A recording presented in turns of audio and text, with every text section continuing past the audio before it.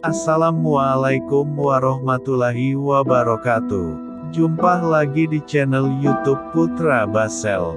Mungkin masih ada teman-teman yang belum tahu lokasi atau cerita tentang sejarah benteng tersebut.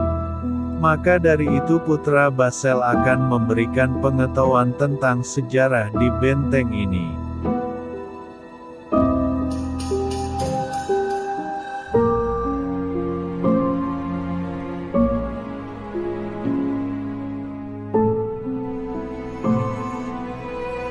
Bangunan benteng ini adalah peninggalan masa pemerintahan kolonial Belanda yang dibangun pada tahun 1825. Yang terletak di sebuah bukit di pinggir pantai sebelah utara Kelurahan Tanjung Ketapang Toboali. Di mana pada masa itu benteng ini berfungsi untuk melindungi pertambangan timah dari serangan musuh dari arah laut. Kemudian pada tahun 1942 sampai 1945 benteng ini dikuasai oleh Jepang. Dan akhirnya pada masa kemerdekaan bangunan ini dipergunakan untuk distrik Toboali.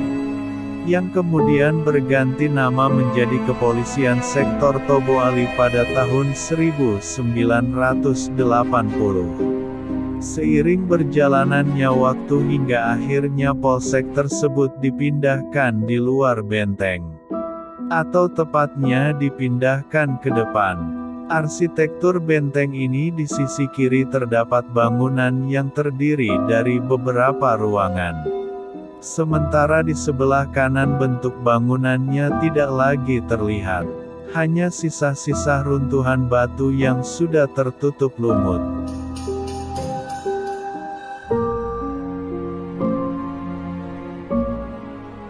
Dan ada juga pohon-pohon besar yang tumbuh mengelilingi di area benteng tersebut.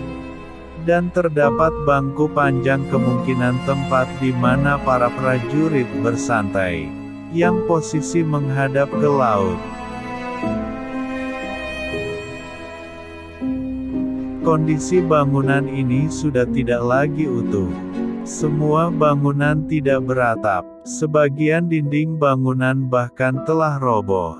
Ketinggian tembok benteng ini mencapai 3 meter dan ketebalannya 90-120 cm. Sebelum bangunan benteng ini runtuh, benteng ini memiliki ruangan. Dan ruangan apa saja yang terdapat di dalam benteng ini? Satu yaitu ruangan inspektur, merupakan bangunan yang diperuntukkan bagi komandan dan para prajurit, yang terbagi menjadi 4 ruangan.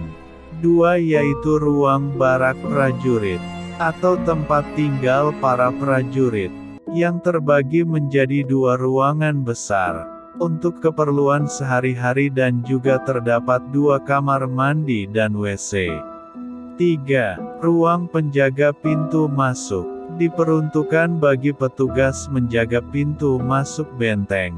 4. Ruang administrasi dan keuangan, yang digunakan untuk pengelola pembukuan atau pendapatan pada masa itu. 5. Ruang penyimpanan bubuk mesiu, yang mana bubuk mesiu atau bubuk hitam adalah bahan peledak, untuk bahan pendorong pada senjata api pada masa itu. 6.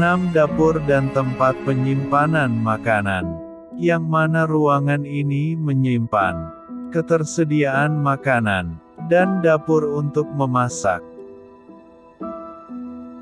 Bentuk bangunan yang masih tersisa yaitu glasik, bangunan yang memiliki lubang-lubang kecil dan miring, untuk celah intai para prajurit, yang tepatnya menghadap ke laut.